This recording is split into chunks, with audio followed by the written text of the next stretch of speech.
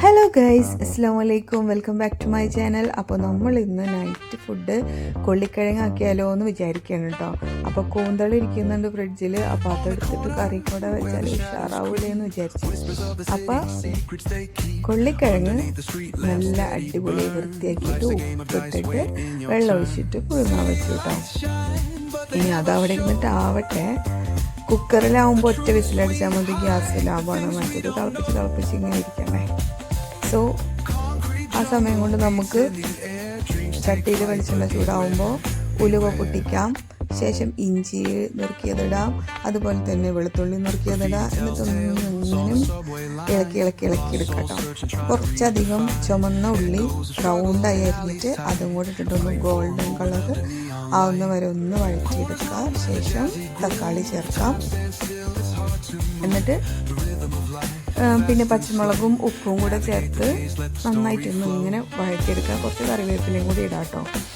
ഇനി അതൊന്ന് വഴണ്ടി വരുമ്പോൾ നമുക്ക് പൊടികൾ ചേർക്കാം.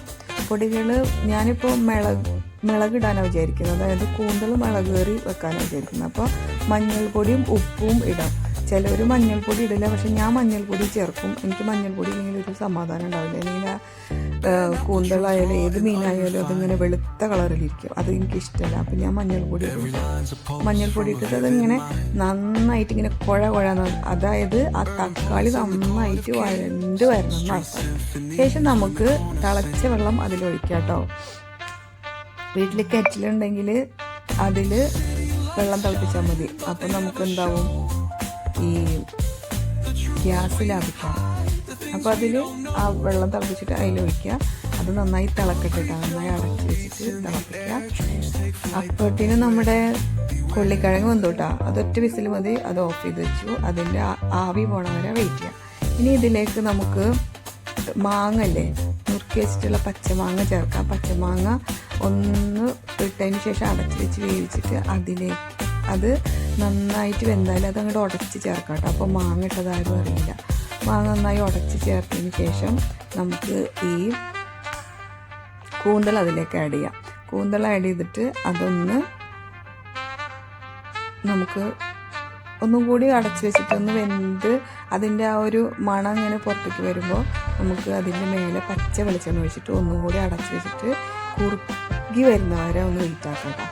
അപ്പോൾ എനിക്ക് തോന്നി കുറച്ച് ചമ്മന്തി കൂടി അരച്ചാൽ ഒന്നും കൂടി ഇഷ്ടമാകുന്നു. അപ്പം കുറച്ച് മാങ്ങയുടെ കഷ്ണം മാറ്റി വെച്ചിട്ടുണ്ടായിരുന്നു കറിയിലേക്ക്. അതും പിന്നെ കുറച്ച് ഉള്ളി, പിന്നെ കുറച്ച് പച്ചമുളക്, ഒരു കഷ്ണം ഇഞ്ചിയും കൂടി മിക്സിയിലിട്ടൊന്ന് ഇതാക്കിയെടുത്തിട്ടാ. ജസ്റ്റ് ഒന്ന് ഒറ്റ പ്രാവശ്യം അടിച്ചാൽ മതി.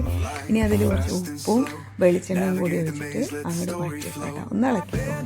ഒന്ന് ജോയിൻ്റായി വരും. സൂപ്പർ ചമ്മന്തി കേട്ടോ. ഇതിനേക്കാളും നല്ല ചമ്മന്തിയുടെ റെസിപ്പിയൊക്കെ അറിയുന്നെങ്കിൽ ഒന്ന് കമൻറ്റ് ബോക്സിൽ കമൻറ്റ് ചെയ്യണേ. എനിക്ക് കമൻറ്റ്സൊക്കെ വളരെ കുറവാണ്. അതുപോലെ തന്നെ ലൈക്കും കുറവാണ്. ഒന്ന് ലൈക്ക് അടിച്ചേക്കേ. നല്ല കറി ആണ്, എല്ലാവരും ഒന്ന് ട്രൈ ചെയ്ത് നോക്ക്. എന്നിട്ട് പിന്നെ നമുക്ക് അതിൻ്റെ കുക്കറിൻ്റെ ആവിയൊക്കെ പോയി കഴിഞ്ഞു. ഇനി നമുക്ക് ഇതുകൊണ്ട് എടുക്കാം കേട്ടോ. ഇനി കഴിച്ചോക്കെ.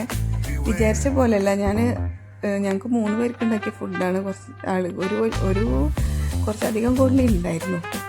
ഞാൻ നാളെ ബ്രേക്ക്ഫാസ്റ്റിനും കൂടി എടുക്കാമെന്ന് വിചാരിച്ചിട്ട് ഉണ്ടാക്കിയതാണ്. ബട്ട് അത് ഫുള്ള് അവർ കഴിച്ച് തീർത്തു. അവർ മാത്രമല്ല, ഞാനും കൂടെ കഴിച്ച് തീർത്തു.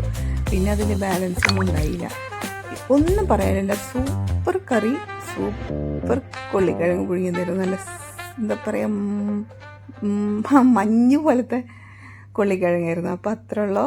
എല്ലാവരും ലൈക്ക് ചെയ്യുക, ഷെയർ ചെയ്യുക, സബ്സ്ക്രൈബ് ചെയ്യുക. ബൈ.